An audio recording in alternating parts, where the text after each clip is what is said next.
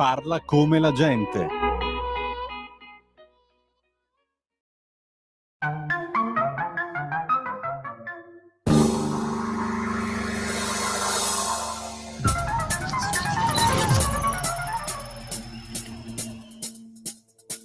Va ora in onda Zoom, il drive time in mezzo ai fatti, con Antonino Danna.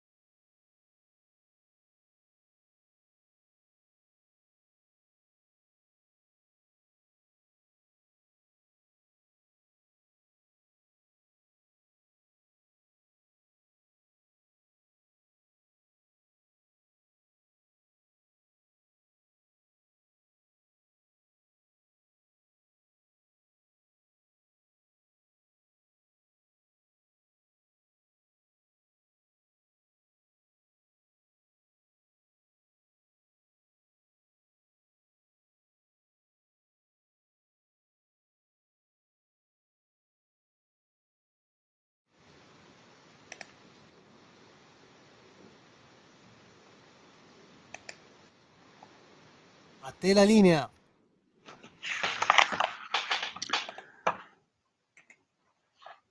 Ho sceso, dandoti il braccio, almeno 1.000.000 di scale, e ora che non ci sei, è il vuoto ad ogni gradino. Anche così è stato breve il nostro lungo viaggio. Il mio dura tuttora, né più mi occorrono le coincidenze, le prenotazioni, le trappole, gli scorni di chi crede che la realtà sia quella che si vede. Ho sceso milioni di scale dandoti il braccio, non già perché con 4 occhi forse si vede di più. Con te le ho scese perché sapevo che di noi due le sole vere pupille, sebbene tanto offuscate, erano le tue. L'anno era il 1967 e questo era Eugenio Montale. Ho sceso dandoti il braccio, poesia che dedicò alla sua Mosca, la sua moglie Drusilla Tanzi, tanto amata e chiamata Mosca proprio perché afflitta da una forte miopia, ecco perché le sole pupille, sebbene tanto offuscate, erano le sue. Ma in quanto uomo io posso dire, giunto all'età di 44 anni, che le donne nella mia vita, sì, sicuramente mi hanno preso sotto braccio e mi hanno aiutato a vario titolo e in vario modo a scendere tante scale, milioni di scale. E forse ogni uomo oggi, e non solo oggi, dovrebbe ricordarsi questo. Oggi, in questo 25 novembre, che come sapete è la giornata mondiale contro la violenza sulle donne. Violenza che non è soltanto fisica, ma è anche morale, psicologica e può essere addirittura economica. Ne parleremo tra poco con Kenza Bogasciugara, con le nostre ospiti di stasera, Suad Sbai ed Elisabetta Franzoia. Insomma, se avete voglia, state con noi, perché abbiamo qualcosa su cui riflettere e qualcosa da raccontarvi. Ma adesso diritto e rovescio con Pierluigi Magnaschi. Vai pure Lorenz e buon lavoro.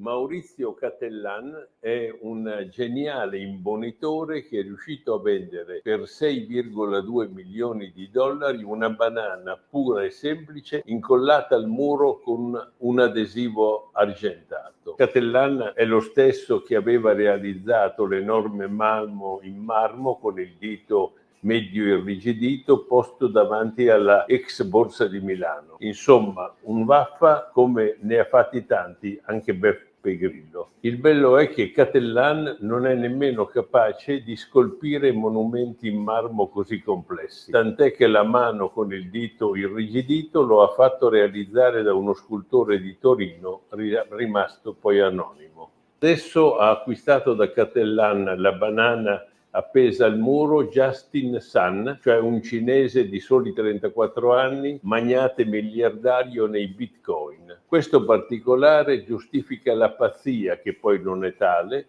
della somma. Infatti con questa cifra Sun ha poi fatto una pubblicità gratuita enorme in tutto il mondo a se stesso e alle sue attività, comunicando in sostanza che con i bitcoin si può diventare così ricchi da poter acquistare una banana a 6,2 milioni di dollari.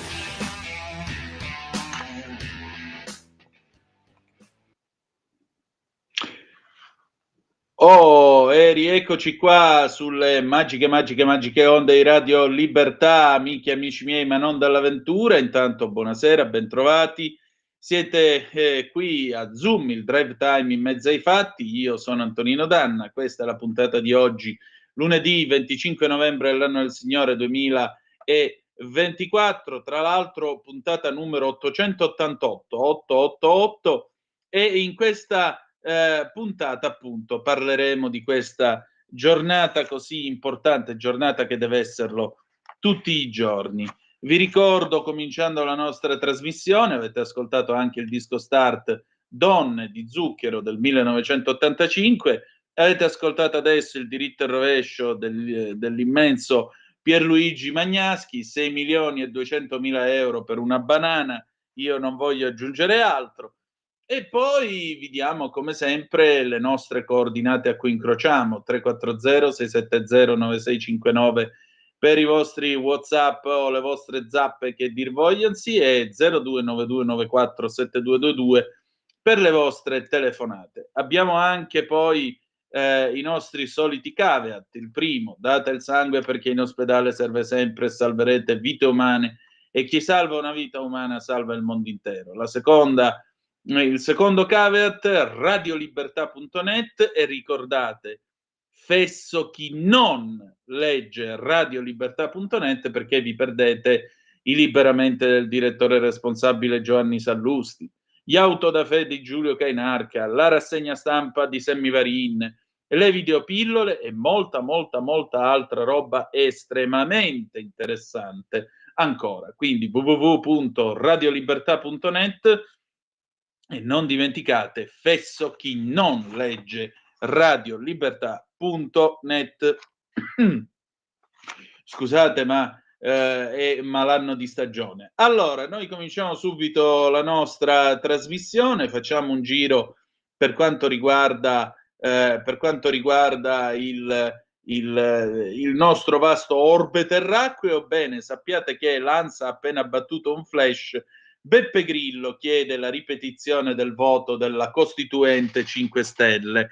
E qui stiamo veramente scadendo. Cioè, vuole il VAR, è incredibile, straordinario. Il mondo sta ballando sull'orlo di un'apocalisse e noi ci occupiamo del VAR chiesto da Beppe Grillo, signore e signori, per quanto riguarda il futuro dei 5 Stelle. Vabbè, lasciamo stare. Guerra in Medio Oriente, sempre l'ANSA. Biden e Macron annunciano domani il cessate il fuoco. Khamenei chiede l'esecuzione di Netanyahu. Che bel tomo l'Ayatollah Khamenei. L'Ayatollah Khamenei, l'autore e il finanziatore, anzi il finanziatore di innumerevoli attentati e stragi, che chiede l'esecuzione di Netanyahu, come dire il bue che dice cornuto all'asino. 25 di novembre, Giorgia Meloni, c'è una maggiore incidenza di immigrati negli stupri. La sentenza poi, ergastolo a Impagnatiello per il femminicidio di Giulia Tramontano. Sarà una frase fatta, ma giustizia è fatta. La requisitoria in corte d'assise a Venezia ha chiesto l'ergastolo per Filippo Turetta, uccise Giulia Cecchettin. Vedremo che cosa decideranno i giudici. Il report: aumentano i casi di stalking e le violenze sessuali. Criminal Poll: fenomeno strutturale, in UE 1 su 3 subisce abusi. E poi 25 novembre, la strage delle donne in Italia, 99 uccise solo nel 2024, il 37% delle vittime ha più di 65 anni, in calo gli autori di femminicidio stranieri. Però decidetevi, perché ecco qua, la Meloni invece dice, non parla ovviamente dei femminicidi che sono tutt'altra cosa, ma parla degli stupri. Sentite un po' cosa riferisce l'ANSA. Adesso verrò definita razzista, ma c'è un'incidenza maggiore, purtroppo, nei casi di violenza sessuale da parte di persone immigrate, soprattutto illegalmente, perché chiaramente quando non hai niente si produce una degenerazione che può portare da ogni parte. Lo afferma la Premier Giorgia Meloni in un'intervista a Donna Moderna, indicando fra i segnali molto importanti del governo per garantire maggiore sicurezza alle donne anche le assunzioni e il trattamento delle forze dell'ordine, poi i reati, perché anche quelli servono per combattere l'insicurezza dilagante nelle nostre città, e il tema del contrasto all'immigrazione illegale di massa. Io penso che ci sia anche un lavoro da fare che riguarda le donne che scelgono di non lavorare. Faccio un esempio che può essere considerato una stupidaggine, ma è un passaggio culturale non irrilevante. Noi adesso abbiamo da fare tutta la revisione delle tax expenditure e tra queste c'è anche la detrazione per il coniuge a carico. Io penso che le risorse della detrazione del coniuge carico, quando c'è un coniuge a carico, non debbano andare al coniuge che lavora, ma al coniuge a carico. Una cosa banale che non cambia la vita di nessuno, però è un messaggio, un principio: non dipendere. Rispondendo alla domanda della direttrice del settimanale Maria Elena Viola su cosa può fare il governo per promuovere il lavoro femminile, difendere le ragazze, dice ancora Giorgia Meloni, no scusate, qua abbiamo il post poi di Matteo Salvini. Difendere le ragazze significa però anche riconoscere l'inevitabile e crescente incidenza degli aggressori stranieri, un dato preoccupante che non sminuisce in alcun modo i casi italiani, ma evidenzia le pericolose conseguenze di un'immigrazione incontrollata, spesso proveniente da paesi che non condividono i principi e i valori occidentali. È dovere morale di tutti noi preservarli e difenderli a tutti i costi, per la sicurezza delle donne di oggi e di domani. Questo è quello che scrive sui social il vice premier, leader della Lega, Matteo Salvini, elencando una serie di vittime di femminicidi a cui va il nostro pensiero e la nostra preghiera. Sono le 18, 22 minuti e 7 secondi. Questa era l'agenzia di stampa ANSA. Adesso qui Parlamento con Ingrid Bisa.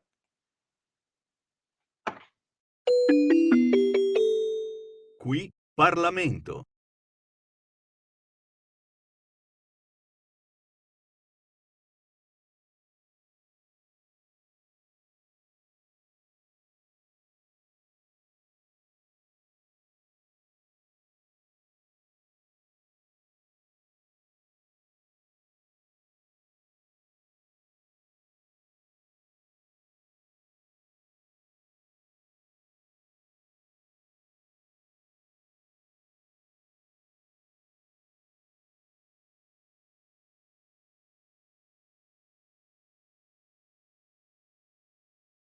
o comunque per tutto il supporto in riferimento all'esame di questa proposta di legge, recante appunto modifiche al codice penale e alle altre disposizioni in materia di reati contro agli animali, di tutela degli animali di affezione di compagnia e di assistenza veterinaria gratuita.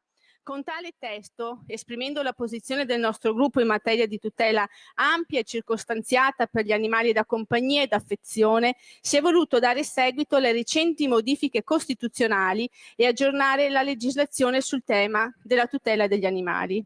Il testo della Lega è stato abbinato al provvedimento che ora siamo all'esame in quest'Aula. La finalità del provvedimento che stiamo per approvare in questo ramo del Parlamento è quella di rafforzare la tutela degli animali d'affezione, anche alla luce del nuovo testo dell'articolo 9, terzo comma della Costituzione, secondo cui la Repubblica tutela l'ambiente, la biodiversità e gli ecosistemi, anche nell'interesse delle future generazioni. La legge dello Stato disciplina i modi e le forme di tutela degli animali. Con favore possiamo senz'altro ribadire che vengono introdotte nuove norme e nuove pene a tutela degli animali nel solco del recente indirizzo giurisprudenziale che tratta gli animali non più come oggetti.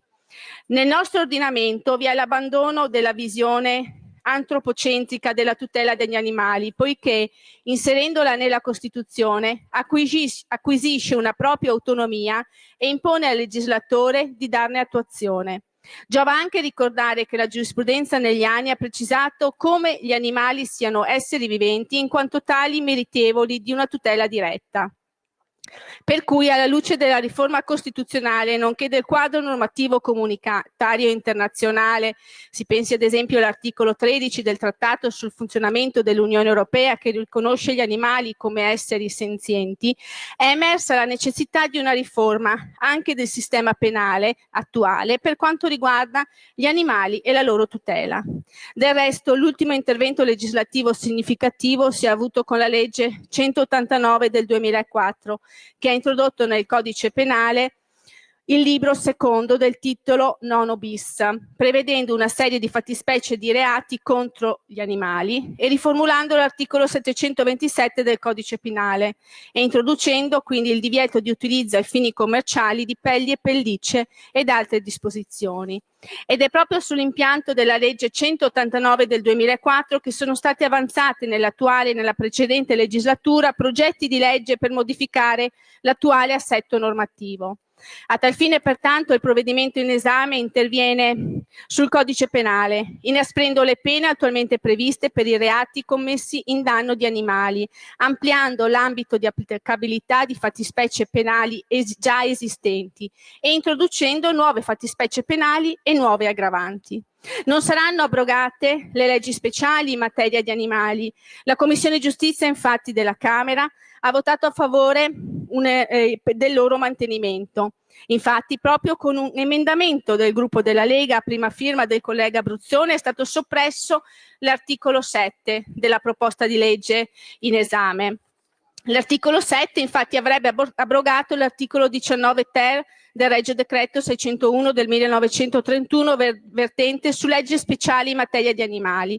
La sua abrogazione avrebbe ricondotto alcune attività alla stregua del delitto, come ad esempio la macellazione degli animali in relazione al reato di uccisione appunto degli stessi. Vogliamo ricordare che quell'articolo 19 ter è una norma invece di salvaguardia introdotta dalla legge 189 del 2004 proprio come legge speciale contro il maltrattamento degli animali. Lo scopo è quello di escludere l'applicazione del codice penale ai casi previsti da questa legge speciale in materia di caccia, di pesca, di allevamento, di trasporto, di macellazione degli animali, di sperimentazione scientifica sugli stessi, di attività circense, di giardini zoologici. E questo è stato appunto raggiunto come scopo grazie a questo emendamento soppressivo del collega Bruzzone. A questi casi quindi non si applica il titolo nono bis del codice penale sui reati contro il sentimento degli animali. Lo stesso articolo 19 ter esclude l'applicazione di questo titolo nono bis del codice penale anche alle manifestazioni storiche e culturali autorizzate dalle regioni competenti. E anche questo appunto per quello che è il sentiment diciamo della Lega è molto importante il fatto comunque di preservare tutta quella che è l'attività sui territori e nelle regioni. Per effetto dell'emendamento approvato, inoltre, ai casi speciali non si applicheranno nemmeno le previsioni dell'articolo 10 della PDL oggi in esame, in discussione e in votazione, volte ad estendere la responsabilità amministrativa degli enti ai delitti contro gli animali. Inoltre in Commissione, grazie al lavoro appunto sempre emendativo, si è evitato che l'ordinamento veterinario venisse gravemente compromesso. Possiamo constatare con favore che le modifiche apportate al provvedimento sono migliorative, restituendo coerenza giuridica alla proposta. Inoltre rispecchiano la considerazione della maggioranza e del governo per le obiezioni sollevate in audizioni da varie sostanzialmente associazioni. Gli emendamenti hanno evitato l'indebolimento dell'esercizio professionale veterinario pubblico e privato, improvvidamente esposto penalmente per il mero fatto di essere esercitato, con esautorazione del ruolo disciplinare ordinistico e con la fantasiosa attribuzione a non ben precise guardie particolari di funzioni di vigilanza proprio dell'autorità competente veterinaria ufficiale. E questo è stato fatto appunto e salvaguardato grazie appunto all'attività e al contributo che anche la Lega ha dato in Commissione. La formulazione iniziale della proposta di legge, l'Atto Camera 30, conteneva infatti gravi pregiudizi per l'esercizio professionale del settore della medicina pubblica e della medicina veterinaria libero professionale, fino alla paradossale equiparazione della somministrazione di medicinali veterinari al maltrattamento. In sintesi, esponendo l'atto medico veterinario al rischio di risultare in se stesso delittuoso, e questo non era assolutamente possibile e permesso per quanto riguarda appunto il partito che rappresento. Molto importanti poi all'interno di questa PDL che oggi stiamo esaminando in aula sono gli articoli 2 e 3. L'articolo 2 che disciplina gli spettacoli che comportano sevizie per gli animali, inasprendo la pena pecuniaria che dovrà essere determinata tra un minimo di 15 ed un massimo di 30.000 euro. L'articolo 3 che riguarda il divieto di combattimenti tra animali, che interviene sull'articolo 544 quinques del codice penale, che disciplina il divieto di combattimento tra animali. In particolare appunto inasprisce quelle pene per chiunque promuove, organizza o dirige combattimenti o competizioni non autorizzate tra animali che possono mettere in pericolo la loro integrità, sostituendo l'attuale pena della reclusione da 1 a 3 anni con la reclusione da 2 a 4 anni. Estende inoltre la pena attualmente applicata ai proprietari o ai detentori degli animali impiegati nei combattimenti e nelle competizioni non autorizzate, se consenzienti, a chiunque partecipa a qualsiasi titolo ai combattimenti e alle competizioni, con una reclusione che va da 3 mesi a 2 anni e una multa da 5 a 30.000 euro. Il provvedimento inoltre prevede una modifica, un inserimento all'articolo 6 che apporta modifiche significative al codice di procedura penale relativamente appunto al sequestro e alla confisca di animali oggetti di reato. Il nuovo articolo reca una disciplina che si pone in rapporto di specialità rispetto all'ordinaria disciplina del sequestro probatorio, motivata appunto dalla peculiare natura di ciò che viene sottoposto a sequestro, ovvero gli animali vivi. Tale disciplina dovrà quindi essere applicata ogni qualvolta l'autorità giudiziaria dovrà procedere al sequestro o alla confisca di animali vivi nell'ambito di procedimenti volti all'accertamento dei seguenti reati tentati o consumati, quindi l'uccisione degli animali, il maltrattamento degli animali negli spettacoli o manifestazioni vietate perché comportanti sevizie o strazio per gli animali stessi, un divieto di combattimento tra animali e il traffico illecito di animali di compagnia. Per tutti questi motivi, Presidente, annuncio il voto favorevole del gruppo Lega e ringrazio veramente ancora il collega Bruzzone per tutto il supporto che ha dato ai componenti della Commissione Giustizia.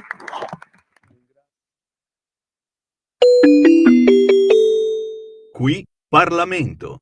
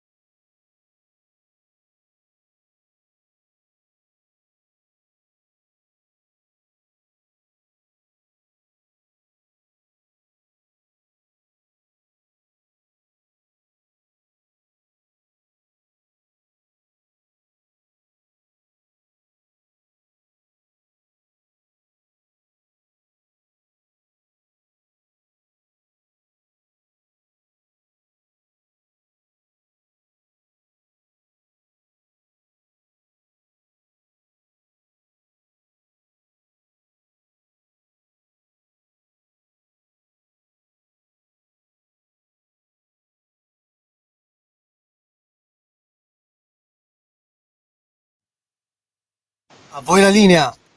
Grazie Lawrence, signora ricca di una certa età, cantata nel 2015 live dai Baustelle.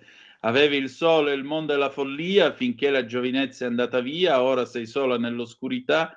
Signora ricca di una certa età, sposasti un vecchio ricco ancora più di te l'han fatto fare, tu lo sai il perché, per mantenere quel che la vita dà e perché in fondo ci sono troppe tasse da pagare. Ecco, abbiamo messo questa canzone per introdurre la conversazione con la gradita ospite di questa prima parte dello speciale, per questo primo faccia a faccia, la potete già vedere sui vostri schermi o tra poco la ascolterete via radio, è la nostra Kenza Bogasciugara, che ringrazio come sempre del suo tempo. Naturalmente questa signora ricca di una certa età è una scusa per introdurre il tema di cui parliamo stasera, che è quello della violenza economica. Kenza è una financial advisor, si occupa di risparmi, si occupa di risparmio personale, investimenti e così via, e di conseguenza questa sera è qui con noi proprio per parlare di un tema che generalmente non viene toccato, perché la violenza sulle donne, tutti pensano sì, la violenza carnale, e invece non c'è solo questo. Buonasera Kenza, ben trovata intanto. Buonasera Antonino e buonasera a tutti gli ascoltatori. Grazie del tuo tempo. Grazie a voi di avermi invitato, è sempre un piacere venire qui in trasmissione in vostra compagnia. Grazie. Senti, ma che cos'è questa violenza economica? Violenza economica, allora io te la definirei come una sorta di manipolazione nei confronti delle donne per avere in qualche modo il controllo economico. Allora, come dicevi tu prima, in ambito di violenza nei confronti delle donne, ti direi che è la parte più silente, meno conosciuta. È difficile che si senta parlare di violenza economica nei confronti delle donne.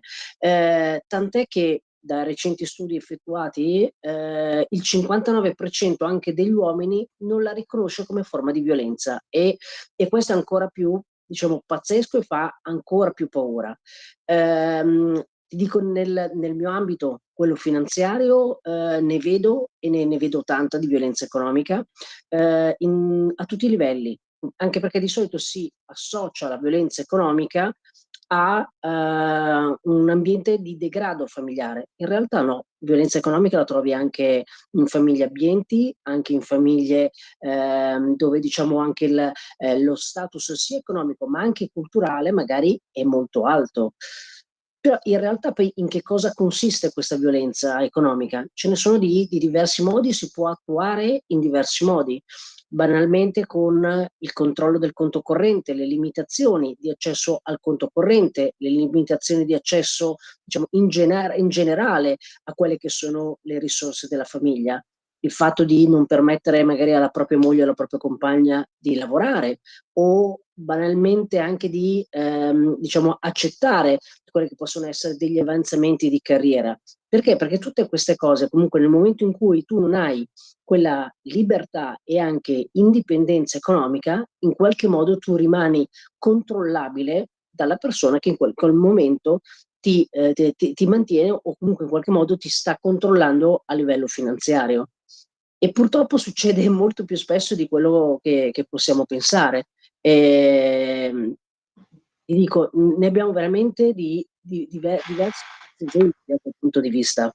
Ma Kenza, scusami, cioè vengono da te, dicono io voglio fare un piano di investimenti, insomma parlano delle solite cose che tu Sì. fai, piani d'accumulo, sì, eccetera, eccetera, sì. Però poi a un certo punto dov'è che scatta cioè dove tu trovi i segni della violenza? Ti faccio un esempio banale che mi è successo qualche mese fa, per il quale sono rimasta anche un pochino male perché in realtà non me ne sono accorta, mi sono messa nei panni di quella donna successivamente. Allora, sai che io faccio mensilmente dei salotti finanziari, faccio sempre comunque diciamo delle serate di educazione finanziaria e di divulgazione finanziaria. Sì. Dunque, diciamo, partecipano diverse persone, diverse età, diverse diciamo anche conoscenze finanziarie molto diverse, da quelle base a chi è un pochino più esperto. E ha partecipato questa signora. una dirigente, quindi diciamo un livello culturale e anche economico importante, e è rimasta impressionata, le è piaciuto molto, le è piaciuto diciamo il linguaggio semplice, quindi ha preso appuntamento la settimana successiva ed è venuta con il marito. Allora, anche il marito dirigente, quindi tutti e due stipendi importanti, ok? Hanno sempre lavorato, hanno costruito diciamo un buon patrimonio per la propria famiglia, quindi nel parlare il marito mi spiegava che aveva già un suo consulente finanziario, che con la sua banca aveva già fatto, quindi diciamo una banca terza, aveva già provveduto, molto bravo devo dire anche da quel punto di vista, a quelle che potevano essere le esigenze future della famiglia, delle assicurazioni, magari la previdenza, tutta una serie di cose. Avevano comprato case, solo che lui parlava al singolare. Io ho fatto con il mio consulente, con la mia banca, con le mie case, con i miei soldi. Quindi io al momento analizzavo quella che poteva essere la situazione patrimoniale familiare. Quindi diciamo, l'appuntamento si è concluso con ci risentiamo più avanti, valutiamo magari alcune cose, eccetera. La settimana successiva ha ripreso appuntamento solo lei, si è presentata e la prima cosa che ha fatto è stata scusarsi per il comportamento del marito. Io ero rimasta un pochino spiazzata perché non avevo colto cose che erano diciamo delle sottigliezze, delle finezze, ma che a lei avevano ferito tantissimo, perché lei mi ha detto: ti sei accorta che lui ha parlato solo e unicamente al singolare dicendo io ho comprato, io con i miei soldi, io col mio consulente, io con la mia banca. In realtà lavoriamo tutti e due, abbiamo uno stipendio altissimo tutti e due, ok? Ma è come se io non avessi minimamente contribuito al patrimonio familiare. Lui ne parlava come se fosse una cosa sua. La richiesta Sì. della signora è stata: aiutami a creare diciamo, un risparmio a parte che sia mio e aiutami man mano nel tempo, ti porto le carte, a rendermi conto di che cosa abbiamo in famiglia, perché lei ha sempre delegato solo e unicamente lui e non sa neanche minimamente come è allocato il patrimonio familiare. Quindi è come se avesse in qualche modo avuto una presa di coscienza in quel momento e ha deciso di interessarsi e col mio aiuto anche di capire che cosa c'è, che cosa non c'è, come funziona. È banale, ti dico, io al momento ero rimasta spiazzata perché non avevo colto quella sottigliezza, ma lei l'aveva ferita da morire. Aspetta, sposati comunque da 30 anni, non stiamo parlando di due neosposi, quindi vuol dire una vita passata insieme a costruire il futuro per la propria famiglia. Sai che cosa mi stai raccontando? Mi stai raccontando la parte finale di C'è ancora domani con Paola Cortellesi, quando lei allunga, vedo che l'hai visto pure tu, Sì. quando lei allunga la busta con dentro i risparmi che lei ha fatto facendo la cresta sulle spese e sui lavori, li dà alla figlia, dice prendili perché con questi tu potrai pagarti gli studi, scritto tra l'altro in un italiano sgrammaticato perché evidentemente a lei non è stato permesso di studiare come avrebbe voluto. E però il problema è che qua c'è ancora domani, sì, ma c'è ancora domani con un fior di 7,30, fior di stipendio, fior di incassi e addirittura tu devi intervenire in una situazione del genere. Cioè, veramente, io resto esterrefatto. Sì, E quindi tu che hai fatto? E io ho acquisito lei come cliente, quindi abbiamo iniziato a creare un piano di risparmio per lei. Lei man mano mi sta portando le carte, man mano le spiego, quindi anche in maniera molto semplice per farle capire proprio educazione finanziaria, come funziona, che cosa è stato sottoscritto, a che cosa le può servire, cioè proprio avere contezza anche del proprio patrimonio, perché ti giuro, lei era rimasta completamente spiazzata. E ti dico che qua stiamo parlando però di una situazione dove, tra virgolette, è una situazione di benessere economico. Mettere in una situazione non di benessere economico, quindi dove magari ci può essere anche una situazione di violenza fisica. Se io non ho i soldi, non me ne posso andare. Se io non ho i soldi e ho dei figli, dove vado? Chi mi aiuta? Cioè, nel senso, il fattore economico, se mio marito in qualche modo mi ha sempre impedito di lavorare o non ho le capacità, non ho studiato, non ho...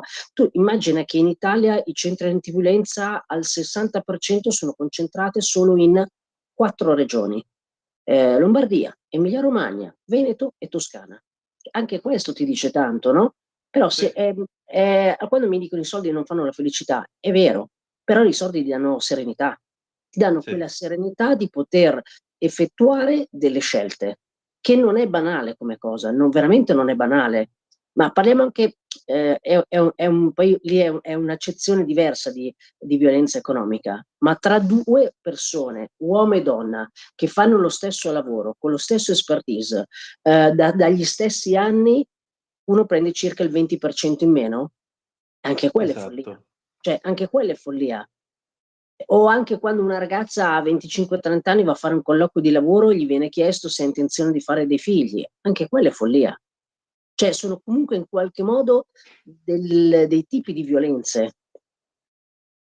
Kenza, se non sono indiscreto, ovviamente te lo chiedo con Sì. tutta la delicatezza possibile, ovviamente non è obbligatorio rispondere, ma pure a te li hanno fatti discorsi, prevede di essere incinta e fidanzata nel corso della tua carriera? Allora, non in fase di colloquio, ma successivamente, a un certo punto, diciamo, nel mio percorso lavorativo in una delle banche precedenti, nella scelta nel far passare una persona piuttosto che un'altra al colloquio con, diciamo, con la parte di HR, la domanda l'hanno buttata lì. Cioè, nel senso, se noi facessimo che cosa hai tu in più di quell'altra persona, noi crediamo in te, però rispetto all'altra persona tu potresti fare una gravidanza. E quindi, diciamo, questa cosa l'hanno intavolata, diciamo, quindi non in fase di colloquio, ma in una fase in cui si concorreva per una promozione. E quindi, cioè, comunque pesa come cosa. Tieni conto che ci sono migliaia di forum, io seguo poi tantissimi gruppi su Facebook di donne, dove comunque in qualche modo tra professionisti ci si aiuta, ci si dà consigli, e proprio su questi argomenti ci sono magari tante persone che ti danno in qualche modo già delle risposte. Preparati a questo tipo di domanda, rispondi in questo modo, cioè tu arrivi già al colloquio sapendo, allora, se mi chiederanno se voglio essere incinta, se voglio rimanere incinta, rispondi in questo modo, se mi chiedono questa rispondi in questo modo. Quindi è pazzesco doversi preparare prima, ma fortunatamente c'è anche da quel punto di vista una rete virtuale che magari ti può supportare, ecco. Trovo comunque disgustoso e vergognoso tutto questo, lascia che lo dica. E ti chiedo scusa per averti posto questa domanda, però allora faccio appello anche alla tua seconda nazionalità, che è quella francese. Ma Sì. in Francia una donna ce l'ha il diritto di fare quello che cavolo vuole della sua vita e avere un lavoro e avere appunto la libertà anche da una violenza economica come quella che tu ci hai raccontato? Allora, Cioè, c'è un esempio positivo che possiamo seguire? Allora, ti dico di sì, perché c'è un sistema sociale che è diverso, funziona meglio secondo me rispetto a quello italiano. Nel senso, se una donna si separa, può contare, ma te lo dico come esperienza personale in famiglia, si è separata ad esempio una mia parente, ha sempre fatto l'insegnante, poi per tanti anni ha smesso di insegnare quando ha avuto figli. Nel momento in cui si è separata è andata, come si dice, quelli che possono essere il corrispondente del nostro comune, ha fatto richiesta, le hanno dato immediatamente un appartamento, una serie di diciamo sostegno economico per le figlie, ma anche banalmente anche solo la tessera della metropolitana, le hanno fatto fare dei corsi di aggiornamento per poter mettersi in pari, perché era un po' di anni che aveva smesso di insegnare, e dopo 2 anni di corsi di aggiornamento in cui lei comunque le figlie riuscivano a mantenersi perfettamente, ha ripreso a lavorare, quindi gli hanno tolto quelli che potevano essere gli aiuti economici. Quindi comunque una persona con 2 figlie ha potuto fare questo tipo di scelta. Qui non funziona ancora, cioè nel senso, io vedo ancora tante realtà dove se io non lavoro, non provvedo a me stessa, non posso scegliere di andarmene, e purtroppo, diciamo, l'indipendenza economica è quella che ti dà la libertà di poter scegliere cosa fare, e se anche banalmente di allontanarsi da una situazione pericolosa. E ne stiamo vedendo tante basta accendere i telegiornali tutti i giorni. Senti, ma tu che consiglio daresti a una donna che si trova in questa situazione di violenza economica? Allora, una delle cose che noto di più in generale quando ci sono situazioni del genere è che tendono a chiudersi, ad isolarsi. ad allontanarsi dalla famiglia, ad allontanarsi dagli amici. Allora, questo è il primo errore da non fare. Quindi tenetevi stretti gli amici, tenetevi stretti la famiglia. Non li avete? Cercateli direttamente online, ci sono tantissimi gruppi, cioè cercate le associazioni, cioè non rimanete da soli, perché poi troverete sempre delle persone pronte ad aiutarvi, pronte a darvi dei consigli. C'è tantissimo volontariato che viene fatto, ci sono tantissime persone che veramente da quel punto di vista, o anche solo professionisti che possono darvi un aiuto gratuitamente sia dal punto di vista legale che dal punto di vista finanziario. Io sono una di quelle persone a disposizione, se dovessero, chiunque sia in difficoltà mi può scrivere tranquillamente tramite mail e in qualche Dove ti modo possono trovare? Kenza.boga, quindi nome.cognome @gmail.com. Tranquillamente e tramite comunque una rete di supporto si viene fuori da queste situazioni. Diciamo, dove non arriva lo Stato, secondo me arrivano le associazioni e anche la buona volontà e la generosità delle persone e dei privati. Ecco appunto, ma secondo te non sarebbe il caso di cominciare a pensare magari attraverso sodalizi, che so, club, realtà impegnate nel sociale o comunque attive sul territorio? Non può nascere una sorta di welfare secondario per queste situazioni? Allora ci sono, allora ce ne sono, sicuramente è un qualcosa che viene fatto. Guarda, io poco tempo fa ho avuto a che fare con l'asilo Mariuccia di Milano, è una realtà storica, e ad esempio avevo regalato a loro una cucina nuova che avevo a disposizione, che andrà negli appartamenti che sono stati inaugurati da poco cioè, come centri antiviolenza, quindi degli appartamenti che hanno messo a disposizione. Ma come quella su Milano ci sono tantissime realtà. Per quello dico, se qualcuno è in difficoltà non si chiuda, non pensi che non ci siano comunque delle soluzioni, e anche se non si hanno situazioni così gravi. Banalmente mi sento in una situazione di difficoltà e sto subendo anche solo della violenza economica, che solo per modo di dire, e non so come tirarmi fuori da questa situazione, non so come gestirmi, c'è sempre una rete di persone pronte ad aiutarvi. L'importante è non chiudersi, perché invece in queste situazioni di solito ci si chiude, ci si isola, si rimane con quello che in qualche modo io definisco un carnefice, e non si esce più, non si trova più. E la cosa ancora più difficile è quando si hanno dei figli. Invece bisogna trovare proprio la forza, quando si ha dei figli, di farlo anche e soprattutto per loro. Senti, per concludere la nostra conversazione, ringraziandoti ancora una volta del tuo tempo e anche della saggezza e delicatezza con cui hai toccato un tema che gronda sangue, metaforicamente, ma lo gronda. Oriana Fallaci disse che essere una donna è un'avventura straordinaria. Io però guardo a questa Italia, penso anche alla tua appunto esperienza di doppia nazionalità, quindi alla tua possibilità di confrontarti con un'altra realtà, e ti pongo questa domanda finale. Ma non è che questo è un paese, per usare una famosa serie di Stieg Larsson, un paese di uomini che odiano le donne? Secondo te? No, ti dico, allora un pochino è retaggio culturale, cioè nel senso non ti parlerei di uomini che odiano le donne. Sicuramente c'è del retaggio culturale per cui comunque in qualche modo c'è un capofamiglia, un uomo, anche la parte economica viene demandata a lui. Si sta facendo tanto, comunque si sta facendo tanto anche sia nelle aziende, sia diciamo anche a livello politico. Sicuramente non è un qualcosa che può avvenire dall'oggi al domani, ci si potrebbe fare anche in maniera un po' più veloce. In Italia devo dire la cosa è che io personalmente faccio fatica e mi dispiace è la lentezza, poi magari ci si arriva, però la lentezza procedurale con la quale si arriva, diciamo, a ottenere determinate cose. Però dall'altro lato devo dire che io penso sempre che se si vuole ottenere qualcosa non bisogna demandarlo agli altri. Tutti possono tirarsi su diciamo, le maniche, darsi da fare, e se si vuol cambiare comunque le situazioni o si vogliono in qualche modo si vuol partecipare, aiutare, velocizzare, bisogna intervenire direttamente. E questo che uno sia dal politico all'ultimo dei cittadini che compongono l'Italia, ecco, perché comunque tutti siamo italiani e tutti dobbiamo partecipare. Ecco, ci auguriamo di ascoltare qualche intervento anche in alto loco sulla base anche di questa conversazione. Kenza, allora ricordiamo il contatto a cui ti possono scrivere, kenza.boga@gmail.com.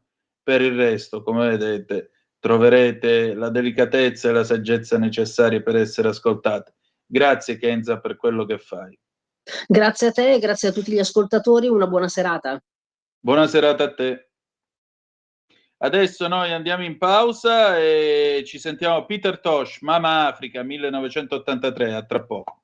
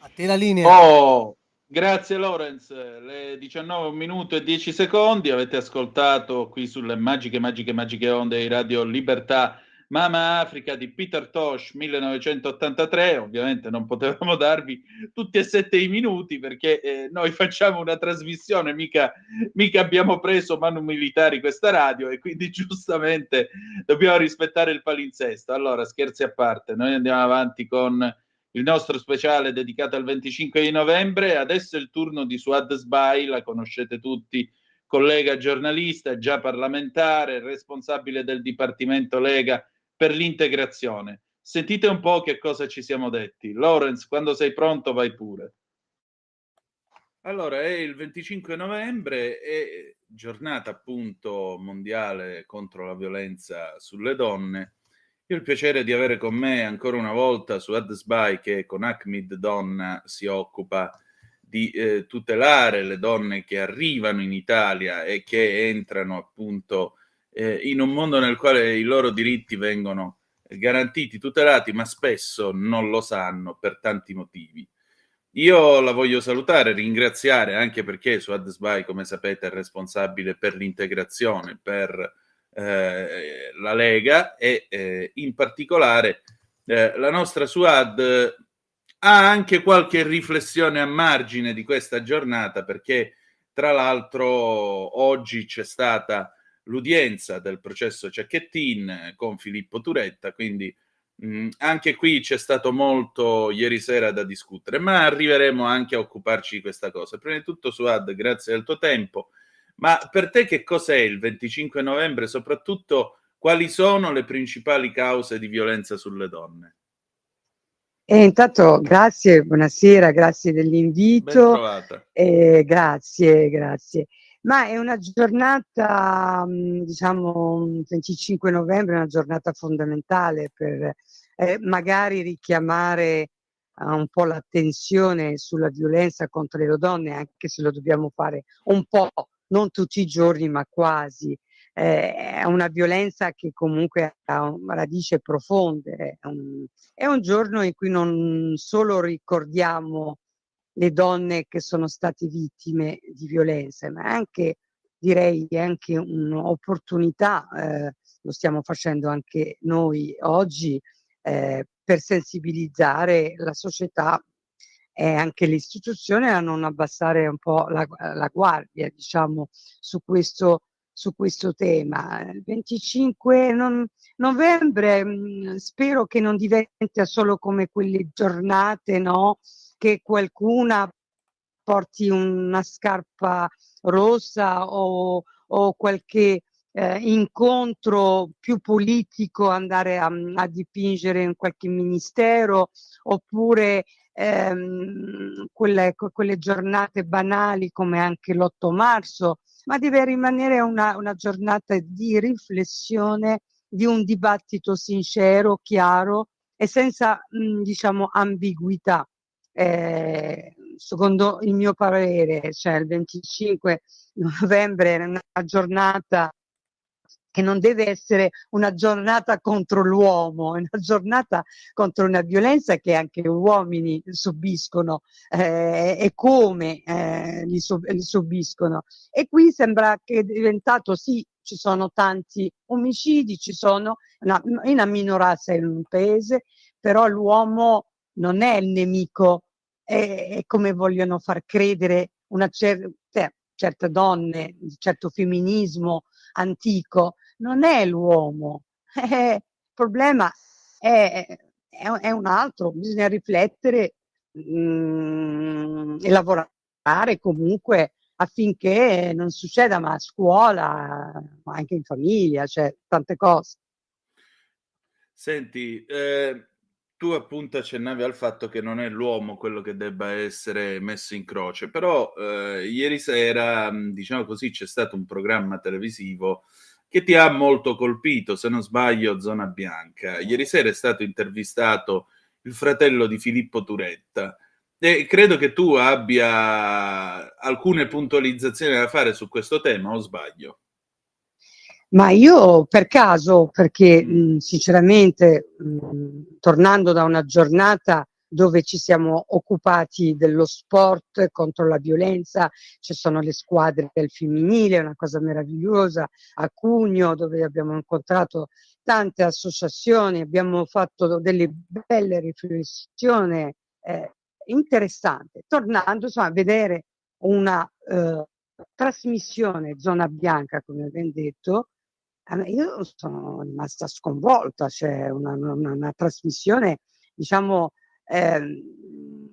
non mi fare dire cose brutte, perché è inaccettabile che in Italia ci sia una trasmissione, ma non tutta, perché quello spazio sono occupati di una intervista del fratello di Torretta, è diventato il fratello è diventato l'assassino, è diventato il cattivo, è diventato l'hanno massacrato perché ha lasciato una piccola intervista dove dice: mio fratello pagherà quello che ha fatto, mio fratello, è un giovane ragazzo, giovanissimo, dove gli hanno detto di tutti i colori. Cioè, la signora Francesca Barra, secondo me, dovrebbe rivedere la trasmissione e solo vergognarsi, ma per tutta la vita veramente, ma anche alcuni opinionisti del talk show, che ormai è diventato il tribunale popolare, decidono loro prima dei giudici, è stato penso, quel spazio pericoloso anche per il ragazzo, pericoloso per tutto, per i giovani. Non è stata una bella, è stata una cosa orribile. Meno male che c'è stato il giornalista Gianluigi Nuzzi che ha un pochino ripreso la situazione con anche Capezzone, ha ripreso un pochino la situazione, ma è stata un j'accuse sul ragazzo, si sono accaniti sulle parole perché lui non ha citato Giulia, perché non ha... ma siete fuori di testa? Ma una trasmissione del genere domani oggi va denunciata. Io la denuncio, io non veramente proprio denunciata perché è terribile quello che hanno fatto. Io vi consiglio di andarla a vedere perché le parole mie sono contro tante, basta andarla a vedere, trasmissione insomma, Bianca, dopo l'intervista del fratello di Torretto, che alla fine è diventato in quella trasmissione l'assassino, ma hanno analizzato tutte le sue parole in modo poverino. Io non vorrei essere veramente al posto suo, ma neanche al posto di nessuno che viva comunque questa situazione drammatica, che c'è un fratello che ha fatto elaborarla, seguire, il fratello ha fatto una cosa, ma non è che deve pagare lui, c'è una giustizia, cioè ognuno reati sono personali, non può essere questo fino alla quarta generazione il fratello di... Ragazzi, stiamo prendendo una linea sbagliatissima e vergognosa per qualche share in più di qualcun altro, invece di fare delle trasmissioni oneste di riflessione, perché non avevano argomenti ieri. Io dico un j'accuse, lo faccio io a Zona Bianca. Ieri non avevano un argomento valido per fare una trasmissione. Questo è vergognoso, vergognoso chi l'ha presentata ieri e come l'ha presentata, attaccando, e spero che invitate anche Capezzone per analizzarla, perché va anche, come si dice, anche la gente, chi segue questa roba, che non è roba bella, cioè non è trasmissione, non sono TV belle, sono proprio becere, va elaborata, perché non puoi lasciare alla gente un'intervista proprio innocente che diventi proprio un mostro di Firenze e il ragazzo non c'entra proprio niente. Io voglio dirlo da te, scusami se mi sono allungata, ma è importante, soprattutto una giornata che parlano tutti del 25 novembre, ma sono i veri... vabbè, la parola l'avete capita, puntini puntini, va, criminali, puntini puntini, ma quelle trasmissione, perché un giovane che la vede, un amico di quel ragazzo, il vicino di quel ragazzo, il paesino, ma anche andare all'università in qualche parte, insomma gli hanno appiccicato addosso una cosa che lui non ha detto, lui aveva il timore di dire qualcosa di più o di meno, o forse mi ha fatto anche male sicuramente anche di lasciargli l'intervista perché non la meritavano quella intervista. Io sento di dire oggi che il 25 novembre si devono vergognare e limitare un pochino i danni che stanno veramente creando e possono creare a altri. No, perché ora fuori dal caso specifico, se ogni volta dobbiamo comunque sviscerare la vicenda in televisione, eccetera, eccetera, dicendo non ha detto questo, non ha detto quello, non ha detto quell'altro, può darsi che questo disgraziato tra 20-25 anni mette al mondo un figlio e magari questo figlio diventa maggiorenne, fa la maturità, il nipote di Filippo Turetta promosso alla maturità con 95, oppure il nipote di Filippo Turetta, l'assassino di Giulia Cecchettin, parte per il servizio militare o fa un incidente o vince alla lotteria, cioè non capisco, forse non sarebbe il caso, ecco, quello che io mi chiedo sommessamente, non sarebbe il caso di parlare di Tourette e basta? Non sarebbe il caso perché alla fine gli altri che colpa hanno della morte di Giulia Cecchettin? Vorrei capire. Io ho scritto, ti dico la verità, ho scritto un paio di settimane fa di smetterla col circo Cecchettin. E il circo Cecchettin è il circo di tutti questi opinionisti, esperti, di tutte queste figure che vanno in televisione o che si lasciano portare in televisione, vedasi anche la nonna di Giulia Cecchettin, la sorridente nonna pittrice e scrittrice che va in televisione, parla, dice, conciona. Ecco, non sarebbe il caso di lasciare in pace questa povera ragazza per un po'? Non sarebbe il caso? È nata la fondazione dedicata a lei, benissimo, la possiamo far lavorare anziché tornare ogni volta a sviscerare tutti i particolari dell'omicidio. Possiamo lasciare i giudici, gli unici che sono titolati, gli unici. Possiamo lasciare i giudici della Repubblica Italiana a fare il loro sacrosanto dovere, che è quello che stanno facendo? Li possiamo aiutare dando loro la libertà di giudicare in santa pace? Questo è quello che io chiedo, non altro. Perché un conto è l'informazione, e un altro è scavare. Scavare è un'altra cosa. Hai detto bene, scavare su una situazione, parlare, ok, ci sta, no? Anche parlare dei vari omicidi, ma non solo su una, perché dopo Giulia sono morti 90 ragazze, capito? E nessuno, sì, capito, li cita nemmeno, da dove non si sa nemmeno da dove vengono e che cosa gli è successo.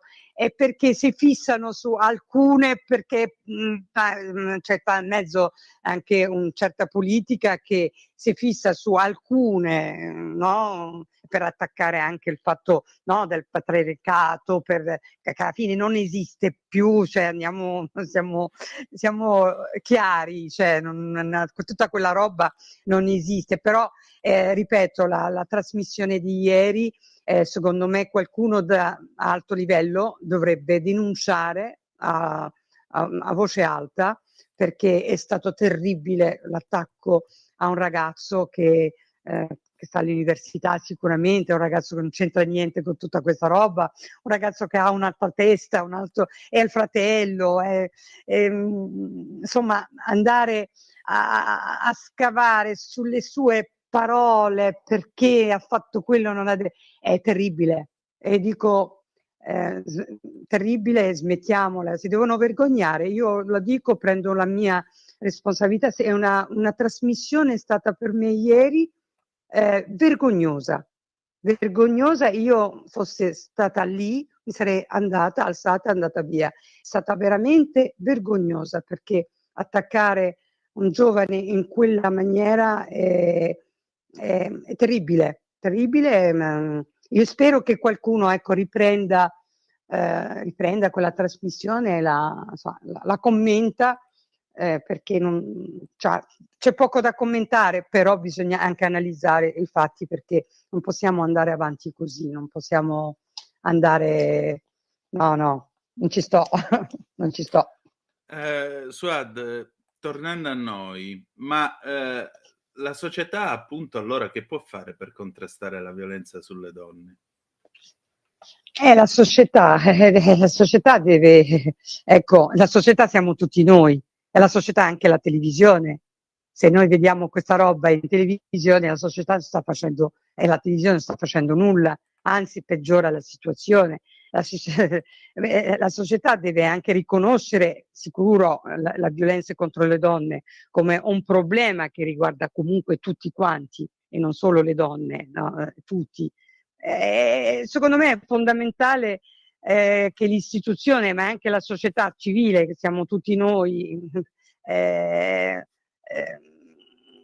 risponda in un modo tempestivo e anche adeguato, ma non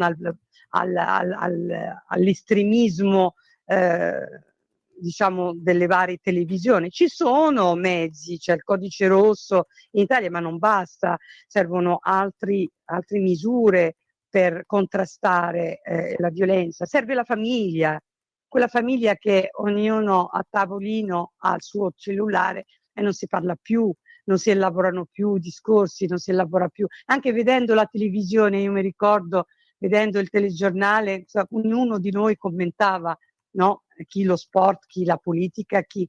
Oggi tutti attaccati al cellulare con la testa bassa e ognuno vive nel suo mondo, anche in un tavolo di 4 persone. E qui manca una cultura, vera cultura che poi è del social, nuova cultura, di tornare un pochino dietro, rivedere un pochino le cose che non vanno, le cose non dette.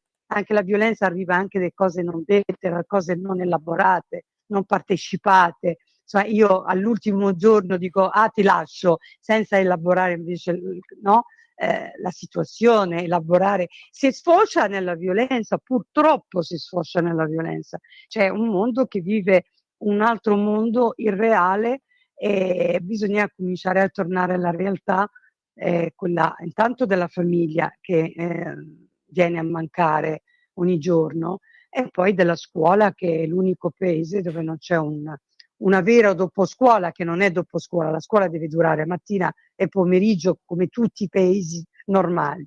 Noi la scuola dura una mattinata e invece i ragazzi devono rimanere a scuola, devono fare sport, devono fare musica, e il cellulare va lasciato in un armadietto, tutti come fanno in Svezia adesso, in tutta Europa. Il cellulare va lasciato fuori dalla classe, fuori dalla scuola, rinchiuso, chiuso a chiave e messo lì. E secondo me bisogna ripartire da qua, ripartire dalla famiglia, perché la famiglia non può appoggiarsi sempre anche alla società, alla politica o secondo me il primo fautif, cioè il problema è la famiglia.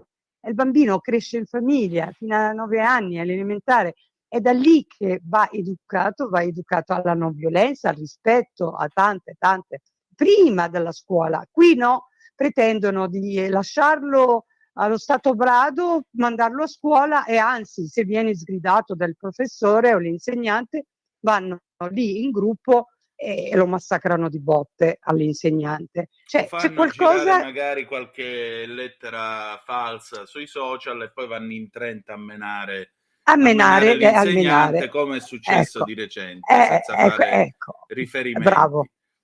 Bravo. Infatti manca quello, cioè, perché siccome la famiglia non è presente, si deve giustificare con la violenza, ma questo non generalizziamo, non tutte le famiglie sono così, però lo vediamo, i ragazzi a 8, 9 anni, 10 anni hanno spazi, si fanno i live, si fanno, sai, è inaccettabile, perciò penso che non bisogna, ecco, per pensare che la politica può risolvere tutti i nostri problemi, no? Compreso la violenza sulle donne. Bisogna pensare a chi ci circonda, alla famiglia, conoscere anche le persone che stanno vicino, perché tante donne si svegliano la mattina, cioè quell'uomo che hanno vissuto, non so, 30 anni, 20 anni, è un estraneo, oppure viceversa, sono degli estranei. E perché? Perché viene a mancare quelle cose non dette, no? Le parole, Sì. parlare, litigare, sana litigata, no?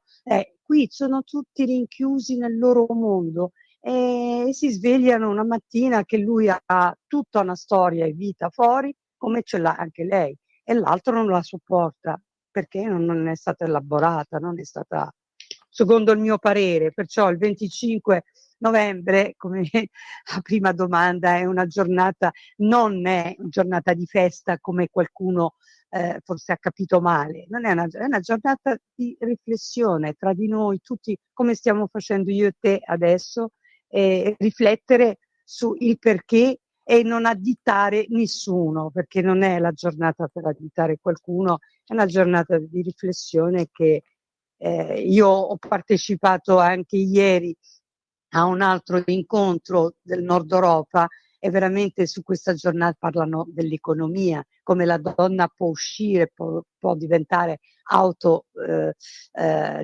autodeterminata, autosufficiente economicamente. Vede come sono andate oltre e lavorano affinché la donna, no, sia autosufficiente economicamente.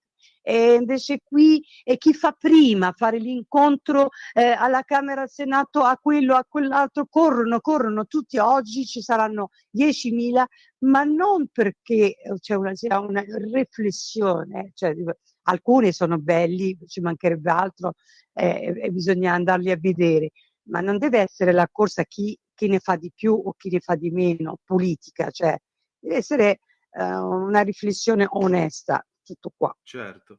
Senti Suad, per concludere questa nostra conversazione e ringraziandoti del tuo tempo, ma perché tante donne, e questo mi rifaccio anche alla tua esperienza con Alcmid Donna, perché tante donne non trovano il coraggio di denunciare? E soprattutto, noi com'è che possiamo spingere le donne o comunque a costruire delle nuove generazioni davvero rispettose delle donne? Ma che cosa impedisce alle donne di denunciare? Gli ostacoli sono tanti. Prima di tutto la paura. La prima cosa quando le donne vengono da noi è il terrore, sono terrorizzati, la paura. Le donne temono anche ritorsioni, sia fisiche che psicologiche. Il silenzio, quello che dicevo prima, cose non dette, il silenzio che circonda questa violenza intorno alla famiglia, intorno alla coppia.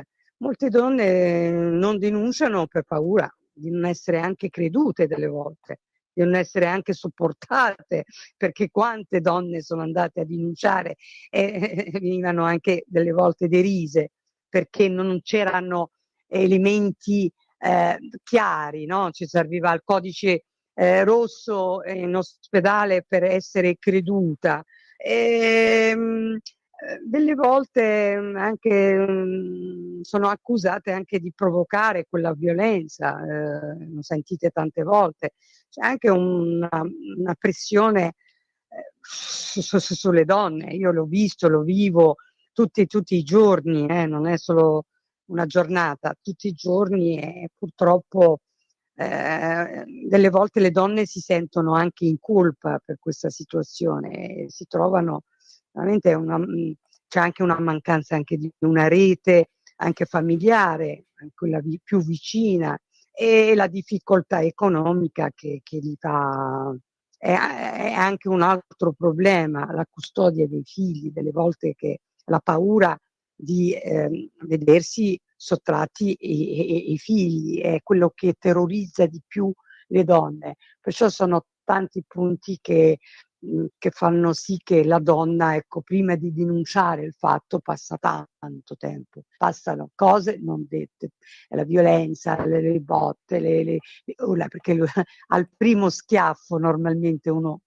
deve fare intervenire un po' la famiglia, gli amici più strette, ma dall'altra parte non c'è più quella rete, sono tutti prese per una impresa, diciamo, sociale, nel social, nelle live, ognuno sta nel suo mondo e ognuno vive nel suo guscio, e delle volte troviamo, ecco, le donne che non riescono a denunciare. E ce ne sono tanti, una donna su 3 è vittima di violenza anche nel mondo, non solo in Italia, senza parlare di quelli, vabbè, afghane e iraniane, che quelli non hanno neanche il diritto di alzare la voce perché dà fastidio la voce e quella è palese, ma anche qui delle volte queste violenze vengono tenute all'interno della stanza, no? E quella stanza poi prima o poi esplode. Ecco, e credo che su questo ci sarà molto da riflettere. Grazie Suad. Grazie a voi, grazie a tutti. Stai ascoltando Radio Libertà. la tua voce libera, senza filtri né censura. La tua radio.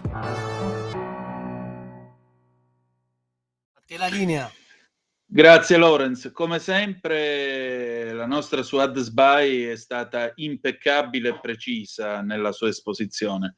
Adesso noi concludiamo questo speciale con Elisabetta Franzoia che oltre a essere responsabile pari opportunità per la Lega Liguria è anche componente ed è l'associazione che si occupa degli orfani delle vittime di femminicidio. Ancora una volta ci ritroviamo mentre l'allarme l'emergenza femminicidio comunque continua a impazzare in questo paese e abbiamo però altre cose ancora da dirci. State a sentire che cosa ci siamo detti e poi ci salutiamo con Mia Martini, Almeno tu nell'universo del 1989. Appuntamento domani alle 18:05 trattabili sulle magiche onde di Radio Libertà per un'altra puntata di Zoom, il drive time in mezzo ai fatti. Grazie per essere stati con noi. E ricordate che malgrado tutto, the best is yet to come, il meglio deve ancora venire. Vi ha parlato Antonino Danna. Buonasera, parola a Elisabetta Franzoia. E allora questa sera Zoom, questo speciale dedicato al 25 novembre, non poteva non avere come ospite più che gradita Elisabetta Franzoia, che come sapete è responsabile delle pari opportunità per la Lega Liguria, ma inoltre fa parte che come sapete è una realtà, un'associazione che si occupa degli orfani delle vittime di femminicidio. Intanto di nuovo buonasera, ben trovata. Tu ahimè, ci diciamo ahimè non perché mi secchi la tua presenza, ma perché ci dispiace per i temi che dobbiamo affrontare ogni volta.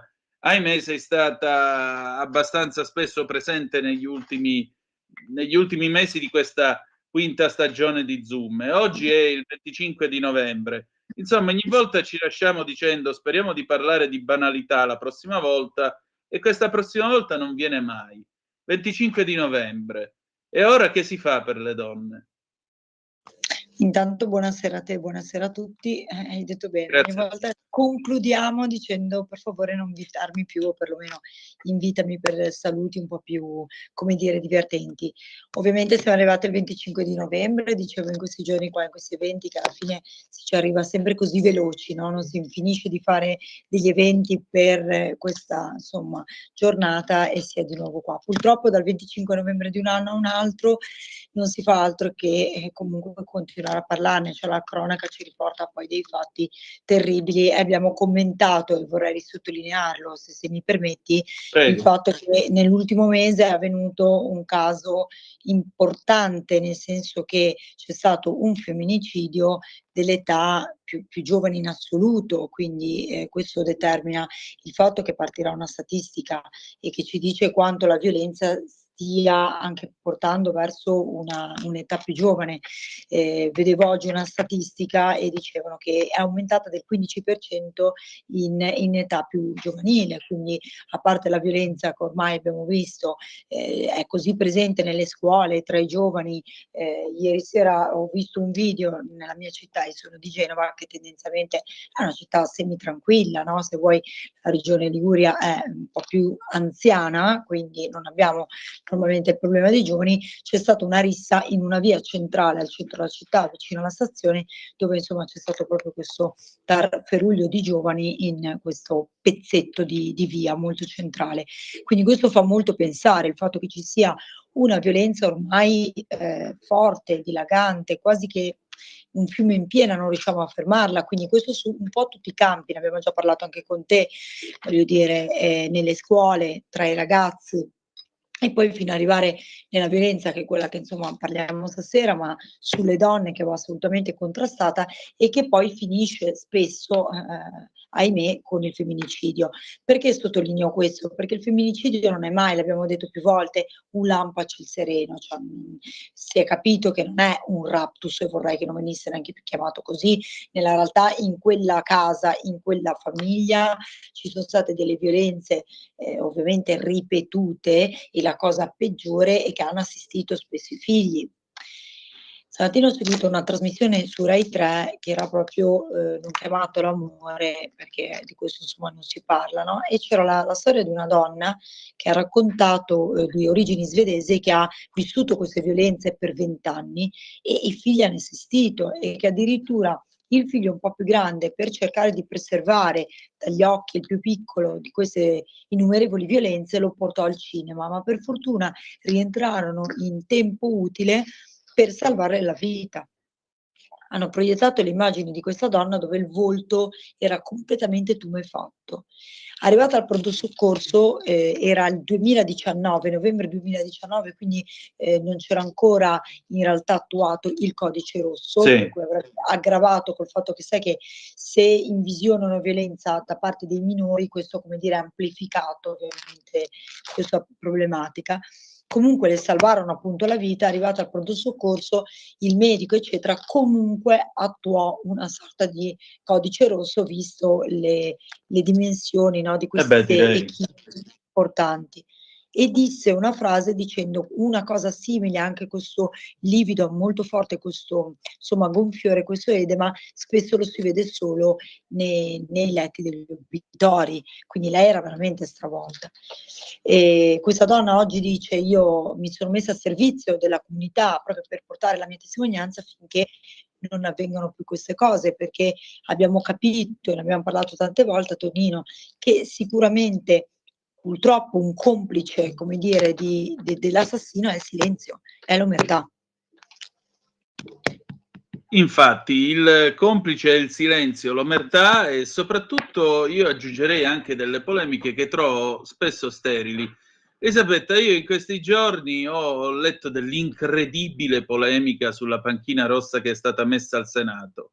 Siccome quella panchina porta sulla spalliera il tricolore, la bandiera italiana, io ho letto degli articoli incredibili nei quali si diceva: ah no, è un modo per esorcizzare il patriarcato, giustificarlo, perché in realtà si nega il patriarcato in Italia, si negano queste cose. Ora, dati statistici alla mano, per carità, molto spesso, questo lo diceva tra l'altro avanti ieri il professor Luca Ricolfi, che è uomo schiettamente di sinistra, sociologo più che quotato, quindi non credo che lo dica un pericoloso e letale fascista, anzi lo sta dicendo, credo, uno degli intellettuali più raffinati che abbiamo in questo paese. E il professor Ricolfi diceva chiaramente: guardate che non si può parlare di patriarcato in Italia, perché la famiglia patriarcale in questo paese è finita da più di 30 anni, è andata in pappa completamente, quindi come si può parlare di patriarcato? Patriarcato è in realtà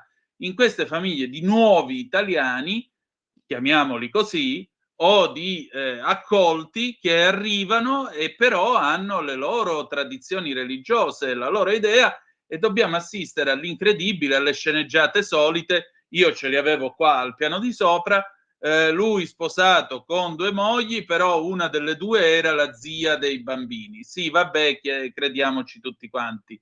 Ogni volta ne parlo con Anna Cisint, lei le ha viste di tutti i colori, pure a Pua le ha viste.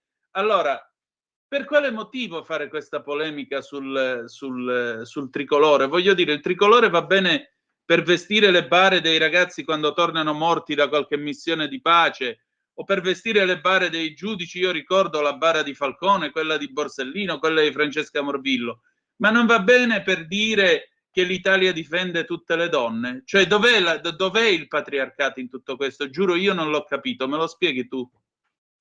Allora, intanto io parto da un piccolo concetto, te l'ho già detto, nonostante ovviamente io sia, ho un'appartenenza, ovviamente ho una maglietta, come dire, politica, però credo che questo argomento vada poi al di là di qualsiasi maglietta, e devo dirti che lo ribadisce sempre, ogni volta, l'onorevole Laura Ravetto, sai che è come dire, insomma la coordinatrice dei nostri dipartimenti in tutta Italia, e particolarmente intelligente, e tu la ospiti tante volte, quindi lo sai meglio di me, è una persona che afferma sempre questa cosa qui. Cioè, questo è un tema dove dovrebbe andare al di là, no? Insomma, di qualsiasi poi ideologia.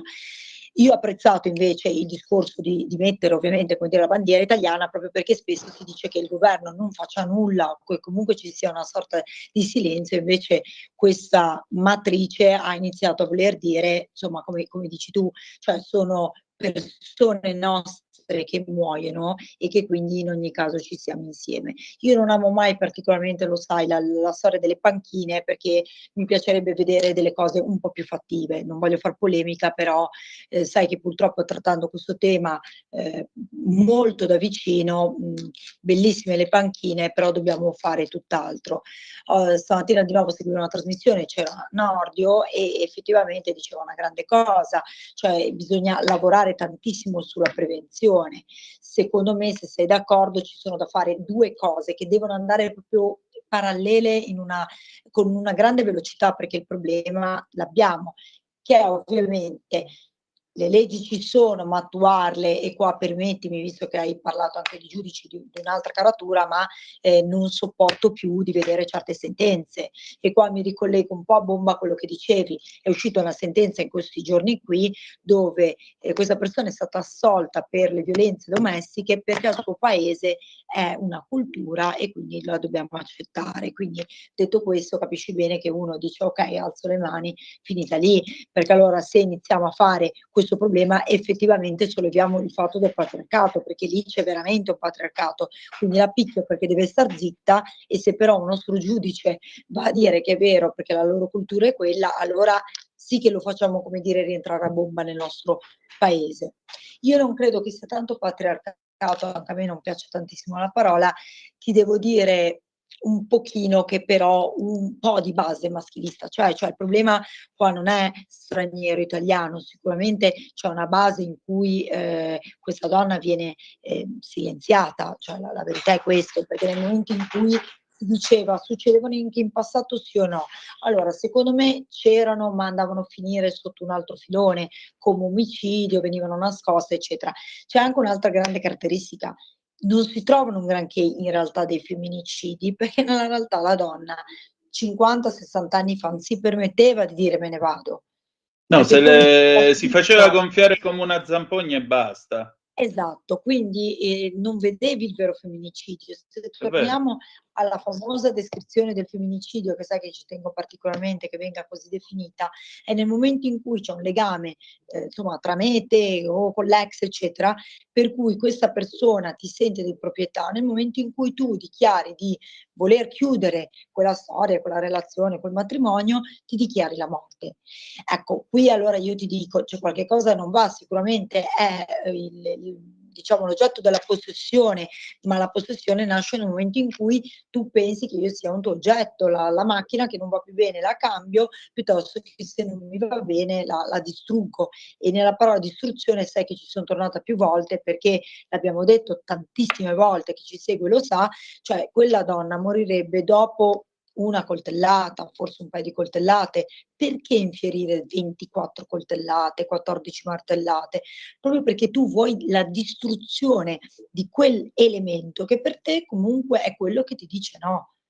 Quindi secondo me c'è un filo veramente sottile, sicuramente c'è da fare tanto, ti dice ci sono da fare due cose: prevenzione, scuole, scuole, scuole, scuole. Mi spiace, io la penso così, bisogna agire, se l'età è diminuita, dobbiamo agire su di loro, non c'è regola. In più posso dirti, e su questo hai ragione, ci sono tanti stranieri nelle scuole. L'altro giorno mi dicevano che non riescono a portare avanti dei programmi, hanno bisogno di mediatori culturali, perché il numero di bambini stranieri è talmente alto che ovviamente dovrebbero iniziare a parlare in francese piuttosto che in inglese, piuttosto che in altre lingue, quindi dei nostri ragazzi rimangono indietro.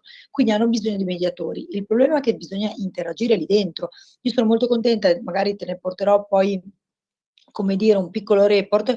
Giovedì facciamo a Genova un evento, ovviamente per contrastare la violenza sulle donne, e io sono molto molto felice perché ho chiesto che venisse fatto con la presenza delle scuole. Quindi pare, oggi mi è arrivata così la notizia, che in questo momento ci sono 200 ragazzi iscritti che sono delle superiori. Sono particolarmente contenta perché o agiamo su quel tessuto lì, Antonino, non va bene. Poi sono d'accordo sul fatto che bisogna agire anche sulle famiglie, ma torno a dirti, te l'ho già detto tante volte, non tutte le famiglie hanno gli strumenti adatti per riconoscere queste cose. Uno dei problemi è il fatto di riconoscere questa violenza. Anche la stessa donna che è immersa in quella situazione con l'uomo maltrattante non la riconosce. Stamattina in questa trasmissione mi è piaciuto molto, hanno specificato che quella donna lì non è capace in quel momento di capire. Perché non è capace? Perché è stata manipolata per tempo, cioè nel momento in cui lei accetta determinate cose ci sono stati degli altri passaggi. Perché io dico che vanno fatti dei progetti nelle scuole? Intanto, e l'abbiamo visto, spesso si parla dei ragazzi e si arriva a delle violenze in casa. Perché ti dicono, io pensavo fosse normale, papà 2 schiaffi la mamma gliele dà ogni tanto. Quindi probabilmente salvi indirettamente una famiglia. Sai che uno dei miei hashtag è salva una donna per Salva una salvare una donna per famiglia. salvare una Quindi famiglia. dobbiamo arrivare lì. Quindi a me serve quella roba lì.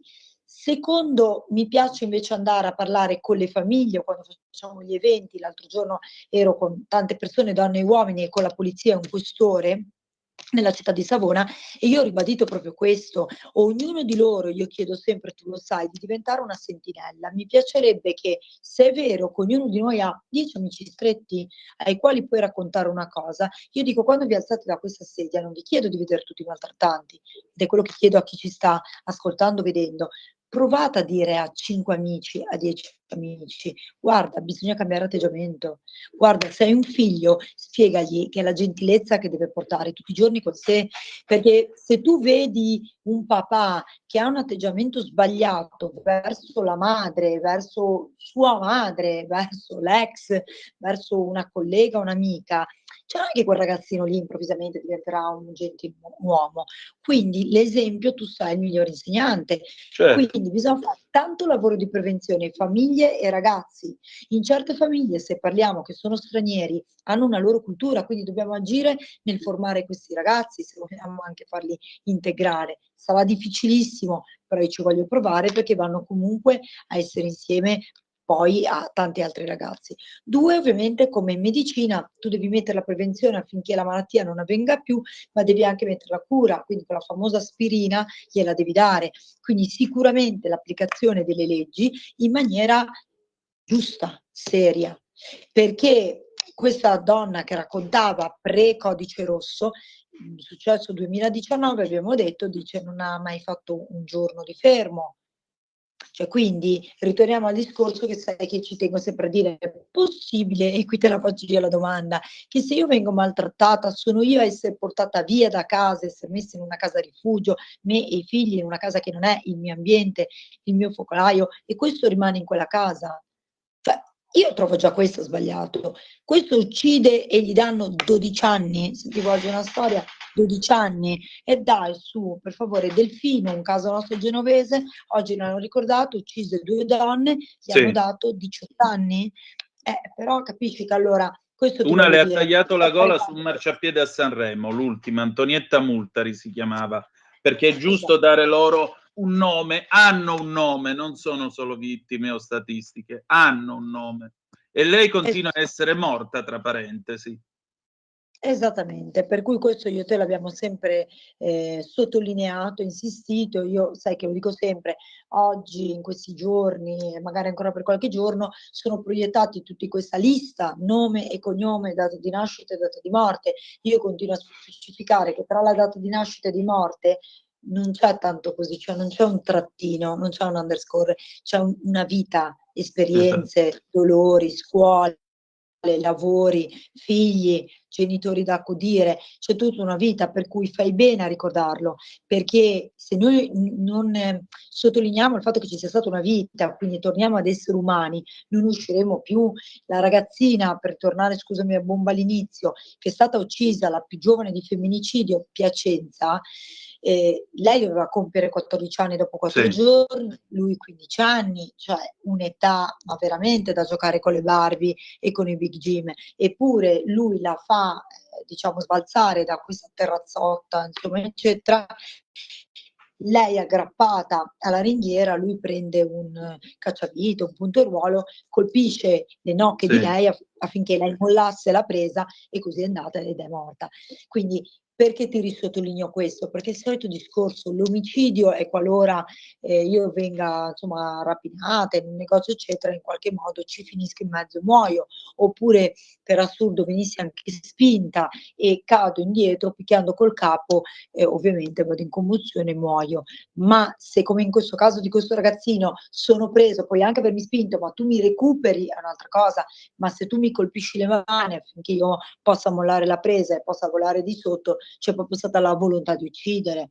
E lasciamo perdere, visto che i casi di, ma parliamo di Giulia Tramontano, che era la ragazza col bambino in pancia, anche lì a questo evento una donna mi ha chiesto, Giulia aveva un bimbo in pancia, nella realtà se andiamo a vedere era di 7 mesi, diciamo non c'è solo un femminicidio, ma tra virgolette un infanticidio, cioè Sì. è comunque una creatura che non è quasi calcolata.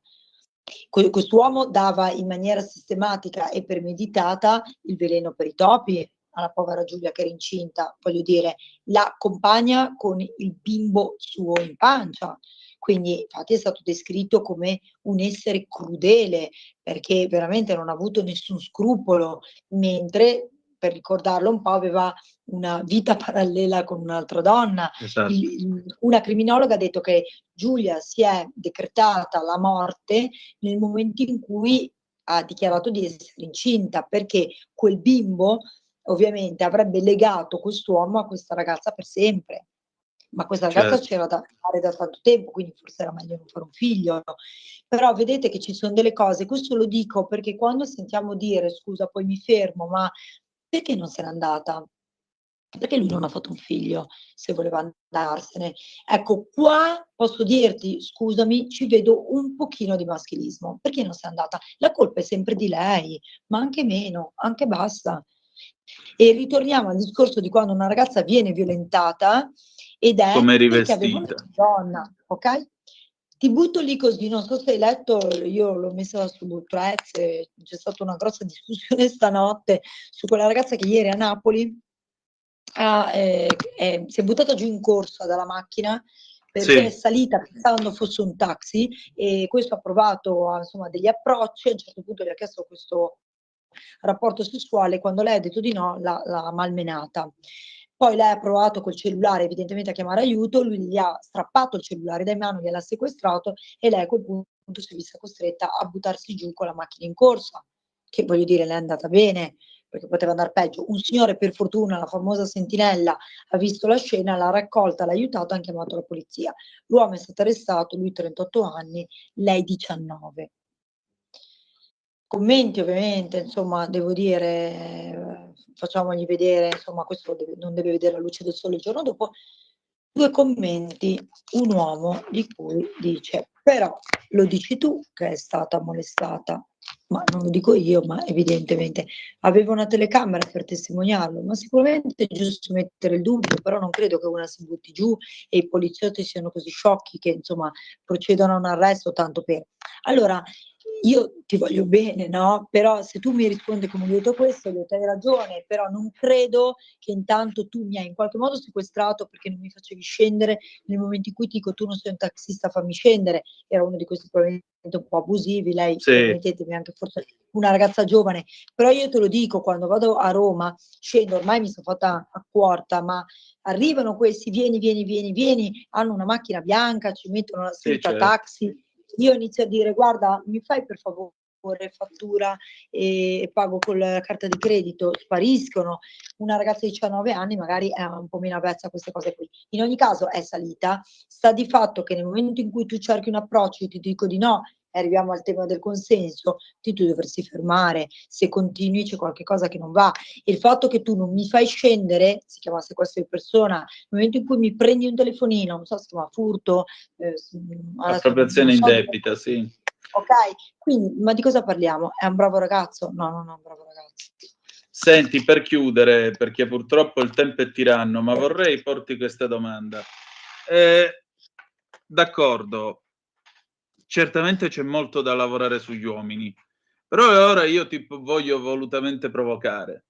Anzi, il 25 di novembre e anche mattina del 26, tanti account OnlyFans saranno comunque aperti. Ragazze di 18-20 anni si spoglieranno lo stesso. Abbiamo anche degli esempi eclatanti in certi programmi radio molto seguiti di gente che va e dice: ma io mi faccio mantenere perché sono bella, a studiare sono i cessi che hanno bisogno di lavorare per campare. E allora che si fa dopo? Perché mentre qui si dice lavoriamo sugli uomini, ok, su questo siamo tutti d'accordo, però ci sono anche queste che vengono ovviamente catturate da determinati programmi ed esibite come a dire siamo liberi di fare quello che vogliamo. Fino a che punto è libertà? Dove comincia la stronzata? Guarda, questo è come al solito, tu mi fai sempre le belle domande, perché ci riflettevo proprio in questi giorni. Allora, io ovviamente, certo che dico sempre, dobbiamo essere libere. Quella cosa lì non la capisco. Ho letto addirittura un post di una mamma che appunto diceva: ma io sono assolutamente contenta di questa cosa che fa mia figlia, meglio che andare a fare la pizzaiola. Io ho 2 figlie, tu lo sai, peraltro adolescenti, 16 anni e mezzo, 19 anni e mezzo, non perché mi senta una mamma speciale, ma sinceramente una frase del genere non la direi mai, anzi probabilmente direi meglio fare la pizzaiola, la cameriera, che è una cosa simile. Il problema probabilmente te la rigiro un po'. Quando io ti parlo di prevenzione, ti parlo di progetti nelle scuole, io forse, e ti ricordi che io sono insieme a Laura Ravetto una di quelle che dice Sì. vorrei vedere l'educazione al sentimento, probabilmente anche ai valori. Abbiamo perso tanti valori, Antonino, che sono quelli che per ritornare alla bandiera italiana messa sulla seggiola piuttosto che sulla panchina rossa, dovremmo ricordarci. Cioè noi nasciamo come gente che ha dei grandi valori, no? Tutto si è fondato tanto sulla famiglia. Ecco, probabilmente si sono persi i valori, nel senso che questi ragazzi qua non hanno più dei buoni esempi da seguire, non hanno più degli eroi da seguire. Quindi qua vorrei veramente vedere dei progetti dove ovviamente nell'idea io non è tanto solo, ovviamente, e hai detto bene tu, ragionare solo con gli uomini, va lavorato su entrambi i fronti, perché anche queste ragazze non si danno più valore, quindi bisogna insegnare loro i segnali da riconoscere nel momento in cui incontri un ragazzo, diciamo, violento, piuttosto che maltrattante, piuttosto che, come si suol dire, quei rapporti tossici, perché si devono dar valore, devono capire che valgono talmente tanto. Ahia, mi sa che il segnale si è perso, Darsi, perché si devono dar valore. Ecco, cioè ci deve essere proprio un segnale chiaro su queste ragazze, su questi ragazzi, a dare entrambi i valori. Perché se sei d'accordo, la ragazza che si sminuisce su OnlyFans perché vuole delle attenzioni e non ha capito che si sta svendendo, se tu lo combatto tanto per le donne, certo che mi fa paura, perché combattiamo per migliorare delle situazioni e poi tu ti metti su OnlyFans per soldi, quindi voglio dire, no, mi cadono un po' le braccia per non dire altro. E bisogna dare, ovviamente insegnare i valori al ragazzo, che io stamattina dicevo, io ho sempre sentito dire che le donne e i bambini si proteggono, siamo nati così, eravamo un popolo dove donne e bambini venivano per primi, quindi io vorrei rivedere quello, il valore. Se ti ricordi avevo fatto una pubblicità su dei giornali per San Valentino, dove avevo indicato il papà col bambino che insegnava a fargli la barba, quindi insomma l'esempio, no? Perché gli insegnava a diventare grande, e diceva: papà, stasera esco con una ragazzina, cosa porto? E io avevo fatto insomma mettere la parola porta rispetto. Questo bisogna insegnare i valori del rispetto, perché questi ragazzi qua non ce l'hanno più per se stessi, quindi vedi l'infanzia, perché vanno a sminuire che cos'è la loro persona, e io dico che forse se ne pentiranno, perché non hanno compreso che quelle immagini rimarranno per sempre, in qualche modo rimarrà traccia, quindi qualora si volessero poi togliere da quella schifezza, ci rimangono inquinate. Quindi insegnare questo loro, insegnare che il telefonino, e noi ci stiamo parlando attraverso, può essere uno strumento d'aiuto e uno strumento anche di salvezza, ma può diventare una cosa terribile. Nel telefonino di salvezza ti volevo raccontare di un progetto, te lo dico velocemente, che parte da una donna, tra l'altro ligure, in cui, come tu sai, il telefono è uno di quei, appunto, quegli attrezzi che possono essere, come dire, no, sequestrati dall'uomo che mi maltratta, e quindi se becca una telefonata, un messaggio a un'amica dove chiedo soccorso, ovviamente mi va a finire male. Quindi si sono inventati questo chatbot messo nei centri antiviolenza o in tanti altri siti, dove la donna può aprire uno di questi siti, vede questo chatbot, quindi tu sei una specie di robot che però è, diciamo, allenato, passami il termine, per ricevere queste domande, e lei può dire sono in pericolo. Quindi viene localizzata la donna, nel momento in cui lei chiude il telefono e toglie il sito, scompare quel tipo di chat. Lo dico perché ci sono tanti strumenti anche oggi di aiuto e soccorso che spesso non si sanno. Sicuramente chiedere aiuto o, come ti dicevo, essere delle sentinelle può essere veramente quel mattone che gli dà salvezza. Quindi ricostruiamogli intorno quel senso di fiducia anche nell'altro, perché da sola difficilmente una donna andrà a denunciare, ha troppa paura, e se vi arriva a raccontare qualcosa, ha talmente sofferto per tirarlo fuori che accoglietelo, perché altrimenti vengo di nuovo a parlare di orfani di femminicidio. Anche perché sta scritto che Dio conta tutte le lacrime di una donna. Grazie. Grazie a te e grazie a tutti voi.